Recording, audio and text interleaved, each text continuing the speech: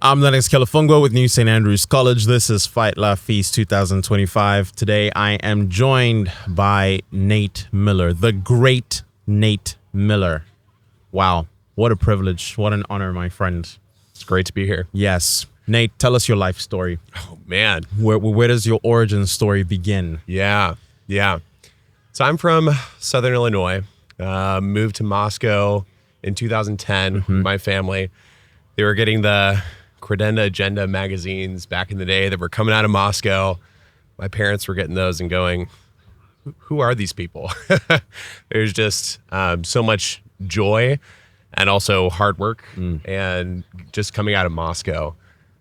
So we ended up moving out there. I'm part of a big family. I have 7 siblings. Nice. So we're looking for some good education opportunities. So I went to Logos school there, classical Christian school, and then attended NSA. So I'm an NSA graduate. Incredible. You graduated a few years ago at this point. I did. Yeah, 2023. Yes.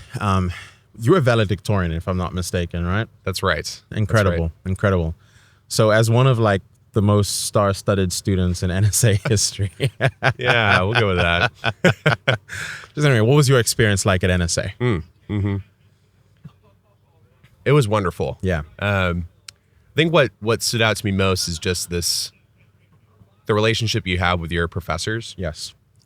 It's men that I looked up to and respected, not just as academic powerhouses, which they were, but also as spiritual leaders and mentors. Yes. A lot of NSA professors are also elders in the church or pastors in the community. And they were always ready to chat with you, not just about schoolwork, which they had this infectious love for what they were teaching, right? Which made me love the subject as well, right? But they were also willing to just sit down and chat with you about life. I remember going up to a professor and saying, "Hey, I know this isn't about schoolwork, but I wanted your take on this thing that came up with a roommate, or this work situation that came up," and they were always ready to chat with you, right? Which is really unique. In my current position, I'm the director of recruitment at NSA. And the more I look into other higher education institutions, the more I realize how unique that is. Yes. Just that relationship with your professors. Yeah, that's so good. It's more than just this one-dimensional, transactional sort of forum where professors upload information, right? Students download it and go about their way. This is a full enculturation. It is life-on-life mentorship. That's what it is. That relationship with your professor is an integral part of what we do at NSA. Yeah, so I think it's one of my favorite things about the college. What were some of your favorite classes? Classes that stood out to you that have had a shaping influence on your life? Right. So, one that jumps to mind immediately actually is one that's probably a little atypical, but it's Dr. Wilson's entomology elective. So Dr. Gordon Wilson has done The Riot and the Dance. He's written books, but science professor, NSA, natural history professor, and entomology is the study of insects. Right. Pretty niche topic. It was a summer intensive class, was a week and a half long, and it was intense. Any class at NSA is intense. This was an 8-week class squished into 8 days. Wow. So we were in class all day. Right. And what stood out to me about that class, and this is true of all of Dr. Wilson's class, but that one in particular, was just the intricacies of creation. We think of a phone or of a watch as being intricately designed. That doesn't hold a candle to a gnat. Right. And when you actually, anytime I step out the door now and I see a cloud of gnats, I go, before taking that class, you wouldn't think twice about it. But now that I've taken this, now that I know how intricately designed those are, how much time and care our creator has put into the smallest elements of his creation, that just opens your eyes to the beauties of the natural world, and to how loving our creator is. Yes. Yeah, you get to see reality for what it is and appreciate God's handiwork in absolutely everything. Absolutely. Yeah. And I guess on the other side of being an NSA student, you mentioned that you're now the director of recruitment at NSA. Just how did your studies at NSA influence, impact what you're able to do now. Mm-hmm. As a leader of your own department, you're directing recruitment, but just generally as a man who's actually just working. Right. Yeah. Right. Mm-hmm. So I think this comes back to rhetoric your freshman year, and then it's borne out in all of the other classes that you take at NSA. But learning how to speak to other image bearers, Yes, is huge. yes, Yes, C.S. Lewis talks about how everybody you interact with, everyone we marry or snub or talk to, is either going to be an immortal splendor or an everlasting horror. right. They're eternal souls that you're interacting Yes. with. And so learning how to not speak past people, Right. and if I'm talking to you and I just go, I just want to get my thing out, right? I don't care what you say. I'm going to say my thing, right? Like that's kind of our default. Yeah. We're always thinking about ourselves and what we want to say. But if you truly get how to communicate with people, and this is part of what classical rhetoric is about, is not speaking past people. It's speaking to them, Right. persuading them of something, and actually interacting with what they say. Yes. You're going to make tracks as a leader, as a worker, and in all of the other classes you take at NSA, you have these small group discussions. And again, it's that constant exercise of actually speaking to other image bearers, actually getting to know them, actually understanding where they're coming from and Yes. where you're at, and synthesizing that. And it's not to say there aren't heated arguments Sure. and disagreements. That's actually, those are some of the most memorable classes that I have, is when I disagreed strongly with somebody. Right. But if you're in a context where people feel strongly enough about something to disagree with you and then defend that, Sure. and then you defend your point, like that's iron sharpening iron. Yes. That's the type of friendship that is. That process, sharpening iron, is not a gentle one. Sparks fly. Exactly. When you sharpen iron. Right. And if you're able to surround yourself with people that are willing to sharpen you,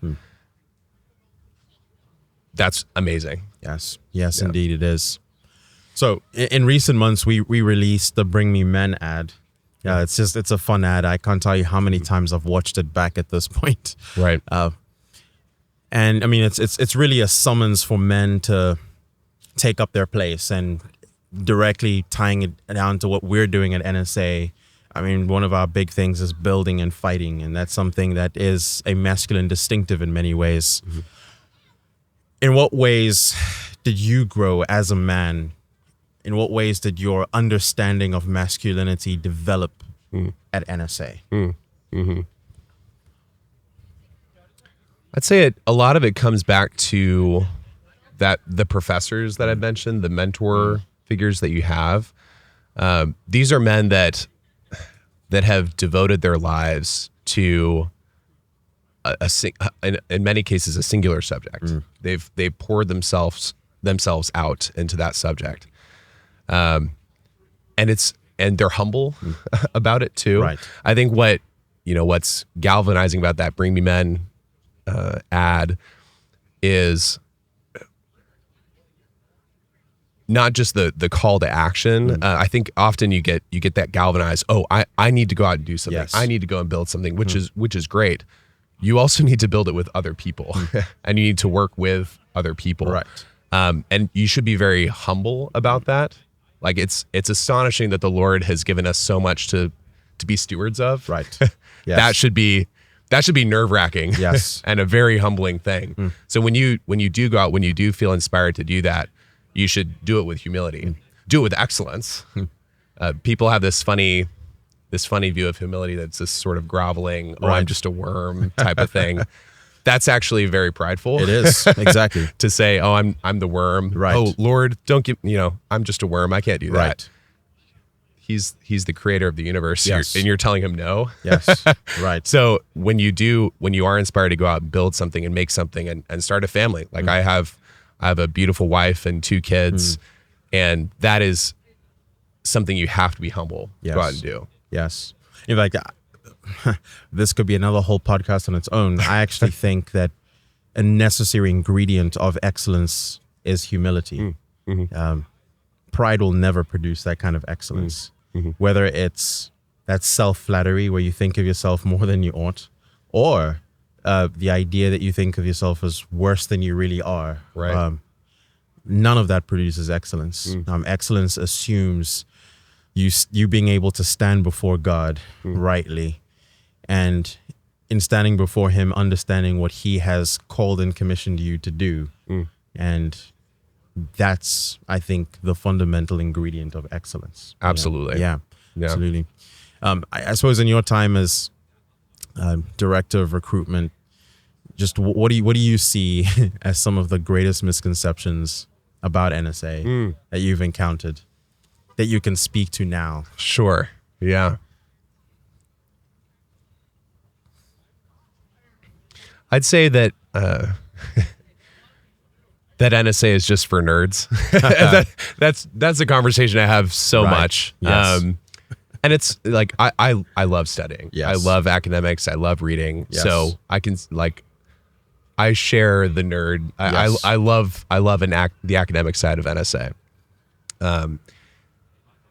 But we're not here to graduate brains. Yes. Just guys that sit in the library all day. They're just in their ivory tower that have nothing to do with real life. They just read the big books. The bigger the better. They speak in Latin. Like that's not what an NSA graduate goes out and does. Right. And I learned that because I knew NSA graduates. Right. I knew alumni that were actually out there starting schools and building businesses and being leaders in the church. These are men and women that are shaping the culture of their communities. And this is true of any institution, but whatever college you're looking at, you should go visit that college. You should also get to know their alumni. Right. At the end of the day, what's going to tell you the most about whether or not that's an effective means of education is the fruit of that education. Right. Plato has a great dialogue called Lackeys. It's about how do we, the central question is, how do we inculcate courage in our young men? Right. It's an aporia. It ends without a sort of final conclusion. Right. This is the answer. But at the end of the day, the closest they get to it is, okay, the way to inculcate courage as young men is to put them under the tutelage of leaders and mentors that have raised courageous men. Yes. Exactly. Which is so simple, but it's really true. Right. And at NSA too, what convinced me, almost the sole thing that convinced me, I love the academics, I love the people there, but the alumni are actually out there. They're not just the brainiacs. They're really intelligent people. Right. But they're also building, and they're leading their families well and pouring out into you. I think again that element of humility comes back. They're not just going to show off to you, and they might be way smarter than you. I mean, I talk to people like Joe Rigney. Right. The guy's amazing. He's just incredible. Yeah. But he's so willing to talk with you at your level.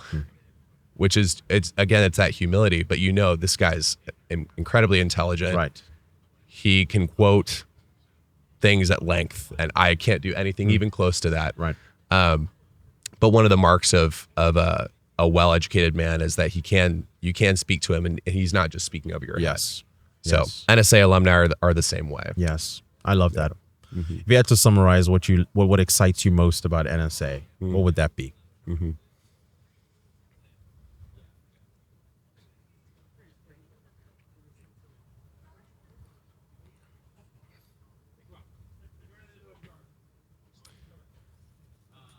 I'd say the humble pursuit of excellence. Yeah, which is really, it's a conclusion of a lot of what we've talked about.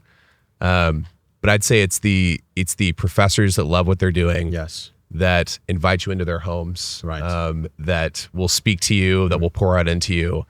And then it's the encouragement from the college and from the alumni and from your fellow students to then go out and do. Yeah. So that's an element of Moscow generally, is that all of Christ for all of life. It should be theology coming out of your fingertips.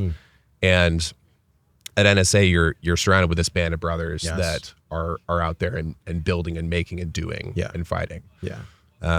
So at the end of the day, it's that that encouragement from the people that you're surrounded with. Yes. They're going to go out and do amazing things that the men I'm surrounded with that I'm not at all suited for, that I can't do. And that's amazing. Yeah. But that we all have this common foundation that we can all speak to each other and help each other in our own unique ways.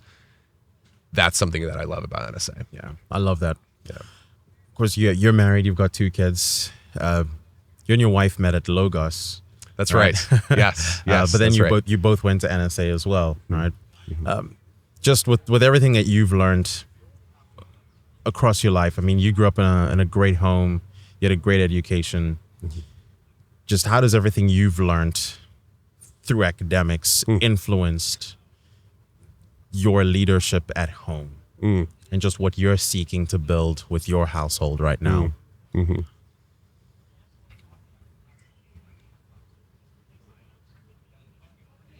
Yeah. What jumps to mind is something that might seem sort of tangentially related, but I think it is really foundational. I mean, you mentioned, I went to Logos. I had this amazing schooling. Right. My parents poured out into me, amazing pastors and elders, amazing professors and teachers. And at the end of the day, gratitude is so foundational for all of that. Right.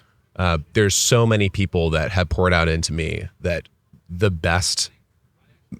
way that I can be most grateful to them is to then pour myself out for other people. That's so good. Yes. It's to pour myself out into my job, Right.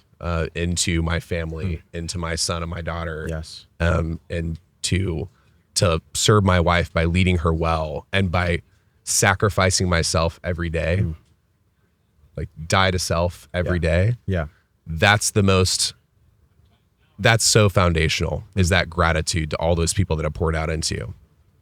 And at the end of the day too, it's astonishing how much you can do. Yes. When I talk to guys that are applying to NSA, sometimes their concern is, this sounds really hard. Yeah. Right? You're studying a lot. There's Right. really high expectations. Right. There's so many things you can get involved with and do. There's sports, there's drama events, there's music events. How can you even do all that stuff? And at the end of the day, I think you find yourself, you're like that jar of oil, Right. that just, you never find the bottom of it, because your source is an eternal spring. Right. You're able to do far more than you think you can. And if you die to self every day, and if you're grateful for the people that have poured out into you, you're gonna shape culture. You're gonna shape your family, your community, your church. So well said. Yeah. Well, Nate, thank you for lending your time and your wisdom to this conversation. It's always a pleasure speaking with you, brother. Absolutely. Pray that the Lord continues to bless your efforts. Thank you. Yeah. God bless you. God bless you, brother.